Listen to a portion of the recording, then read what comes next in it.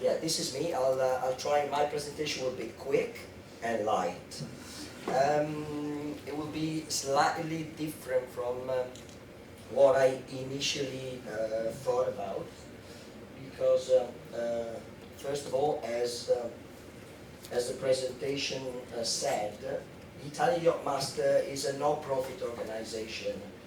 We got together about 10 years ago to start doing a bit of a lobbying activity and give a bit of a guidance to our captains.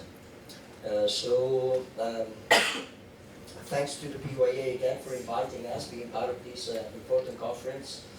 I've been a member of the PYA since 1990 something. And I mean, Rod Edge has been one of my captains for a few weeks in the past, and John was actually signing one of my initially SPCW certificates back in 1996. And it's good to see.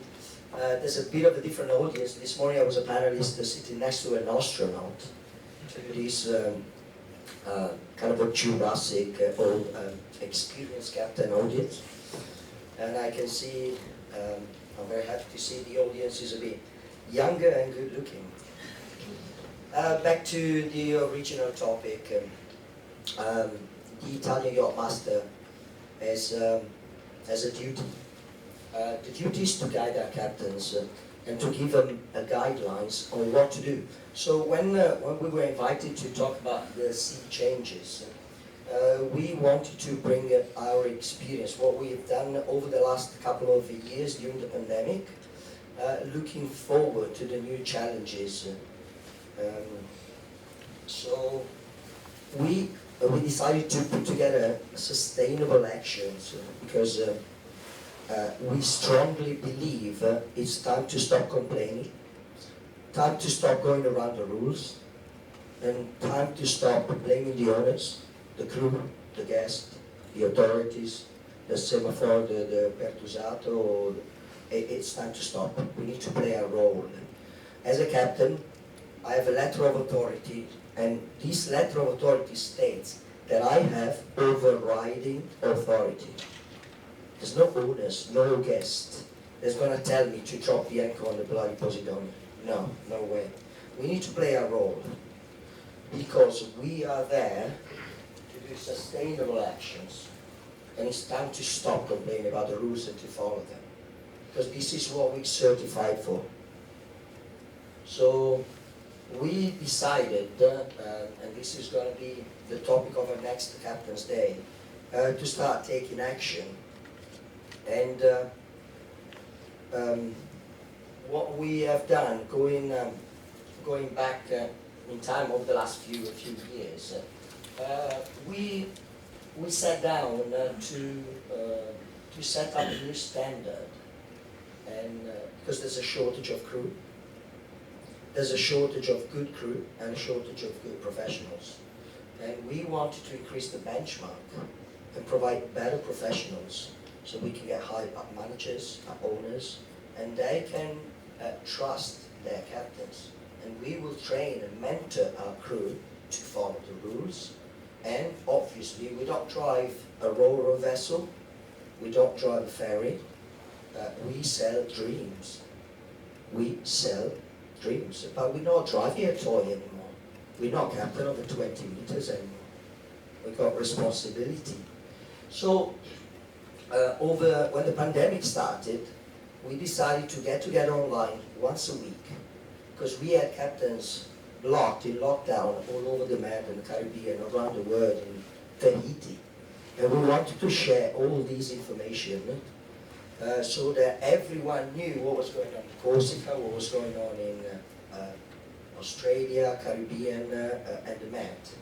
Because this is what we want to do, like create a networking of useful information.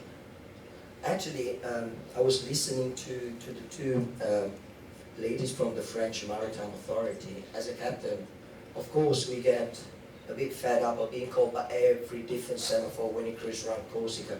They call you 20 times in a day to ask you the same 5 different informations. Yeah, I would like to ask them if they too have a system. But whatever. Fine. Okay, at the end of the day, it's a half a minute. I mean, it's not going to ruin our day.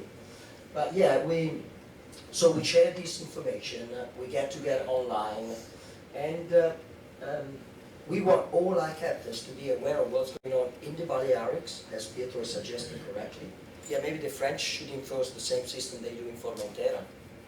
Having just a small dinghy with a decky or with a sailor, telling you where to drop the anchor. It's easy, doesn't cost much. Anyway, but there's also a lot we can do in Italy. By the way, if you want me to bother you with the last decree in Italy, 90 days extra European, you just tell me, and I'm prepared.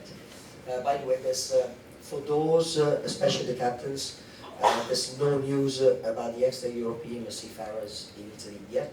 It's meant to come out in October, end of October. So at the moment we have a bit of a restriction for the yachts going to Shipyard and marinas in Italy for the extra European seafarers. Anyway, going back to the presentation, so we created a good networking group sharing these information. And we believe that if we want to be ready for the sea changes, for the new millennium, we need to train our captains to be a better leader, a better mentor for our crew. And we do this through alternative training. As Rob, I've been the director of training of the Italian YachtMasters, and believe me, it's a hell of a job trying to train captains who have every different certificate in the world. I mean, I've tried to propose polar code and somebody said there's no ice in the Med. I've tried to propose helicopter landing officer operations and there was 2 people attending. So we decided that this winter campaign will be about the brain, the behavior, try to understand our crew. Because if we tell our crew that I am not dropping my bloody iron on the Posidonia, he's not going to do the same when he's going to be a captain. Because this is the message we want to give to the industry. I mean, yeah, we can go around, as my friend Giorgio was saying before, yeah, I've got 9 lengths of chain on starboard side, I can easily drop my anchor on a 40-meter bottom. Somebody who's driving at 25 meters struggling, yeah, we know that. But there are alternative solutions. So we conduct our training on the financial side, on the risk assessment, and again, last but not least, the sustainable practices at sea. As I said before, we drive a floating dream. We all know that. We know the crude oil carrier. So yeah, I'm not stupid. I know my owners want me to drop the bloody anchor on the beach on the Posidonia. Yeah, I've done that before. But we need to start training our crew, training our owners. That's the challenge for the future. Don't forget that the new owners are millennials now. We're getting new owners born in 1987. And these guys are only 100 plus meter. These guys got no idea what the Posidonia is. And if he's captains, he's got good respect for these captains. If the captain says no, it's no. It's as simple as that. So our message is, let's be perceived as professionals, and we will be strong enough to be trusted as professional from the guest, the crew, the charter guest. Yeah, it won't be easy, but this is what we believe. So yeah, back to a little bit of less chatty. Over the past few months, we have been working in conjunction with the PYA to solve some of the issues that came out with some easy certification. The position of the Italian YachtMaster is absolutely firm. 0 tolerance. There's no way anyone should go out there and get a bloody Belgium ticket in 28 hours of training, or a Montserrat ticket, spending €3,500, and not sustaining any single training, any single exam, nothing. Well, you will have to forgive me as well, because the RIA has a massive responsibility about this. Because when we talk about the maritime authorities, we have 196 countries joining the IMO, but some countries allow certain royal association. I know there's a professional speaking after me certainly disagree about that.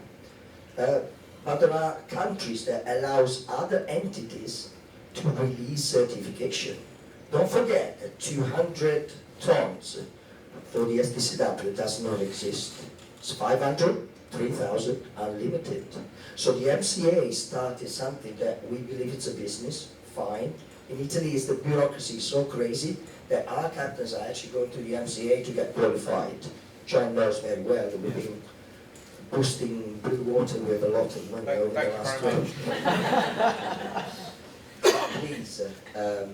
So I think there should be more responsibility. We actually wrote as a part of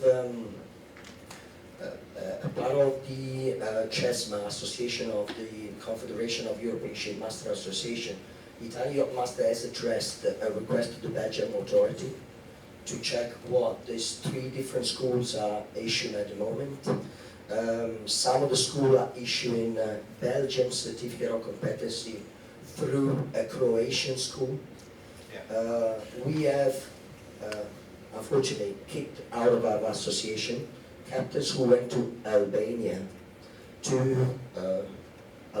it's in Europe, yes, to get a Panama certificate. It's not in Europe, somewhere else. So I think we should get together to increase the efforts together. Yeah. And talking about the regulations, of course, a few years ago we had a very successful meeting at the Yacht Club of Monaco when we decided to go green, to discover what Otonia app was about, to the Posidonia. We discussed it with the same ladies some 6 years ago. And yeah, I mean, we want to play a role. As you said before, our crew are millennial, the Generation Z. I've got crew members that are younger than my crew now, younger than my kids. They're 20 years old, and they ask me why we are polluting the sea. They don't even know what a generator is, but they can see the diesel in the water. And I mean, they're responsible. So we want to follow the regulation. And yeah, of course, there will be more strict emissions regulations, more strict acoustic emission in the future. Yeah, of course, the owner's not happy when you switch the underwater lights at midnight, but yeah, if that helps the marine environment, why not? I mean, it's not dramatic. So I think it's time to share the concerns of the industry and the local authorities and play a role. Last but not least, well, I've complimented John, but because I've been knowing him for over 25 years, I think there's a responsibility of the yachting industry, and I'm happy that somebody will talk about the guest program now. Because as a captain, I remember 20-something years ago, there was an incredible profession. It was the leading crew placement agent, a guy called Adrian Fisher. May he rest in peace. He was an amazing member of the PYA. He told me one day, look, if you want to be a captain one day, you need to come back to me with 10 years on yachts before I can even consider you for a position. And this guy said to me one day, don't go waste your money with ancillary training. If you decide a career path, just follow your dreams, follow your career. But nowadays, as a captain, I get a green stewardess from South Africa 2 days ago on my desk. She has got more qualification than I do. She's got a bloody flower arrangement level 17. Silver service level 19. I don't know what she does, but I mean, she comes aboard, she doesn't even remove her shoes. So we should probably focus more on the qualifying training. And as professionals, I think we need to give our input to the training professional, because this is where we're going to. Sea changes, it's changing. There's a crew shortage, we want to provide better crew. But I think we need to provide guidance to the professionals, training our crew, training our captains, training our people, so that in the future we will raise the benchmark of the category. And we won't have to sit down again and discuss about Posidonia anymore, because in the meantime, we all know bureaucracy is a big key point. If it wasn't for bureaucracy, we already had probably 60 or 70 boys off Saint-Tropez and Beaulieu. We know that. It's been going on for years. Yeah. Sure, if we look at the next years, we have installed Starlink, we have ETO, we've got new technologies coming up in the market. I would suggest people like that to go and find specific training. There's a shortage of certain figures. And instead of, maybe even the recruiting company should stop telling greenies to go out there and get 12 different qualified courses to get a job. Maybe tell them to go and they work for free, just to start up, get an experience on the CV. But yeah, it's training is important, but the attitude we pass on is more important. I think we should all play our part inspiring our people and the people around us. So what we do at the Italian YachtMasters nowadays is we gather more and more often, and we try to add creativity and passions. Don't forget about 25% of our captains are skippering charter yachts, and we share the experience. Sometimes we have done something amazing for our charter guests, so we do share this experience. And I mean, we are a generation of the sharing, fire sharing, experience sharing. It's not about the latest selfie or the TikTok video. Let's use the technology and respect the environment, because we care about it and we want to believe that we care and our crew care. And last but not least, at Italian YachtMasters, we strongly believe that we need to empower our captains to be a part of this change for the future. Thank you very much. Thank you.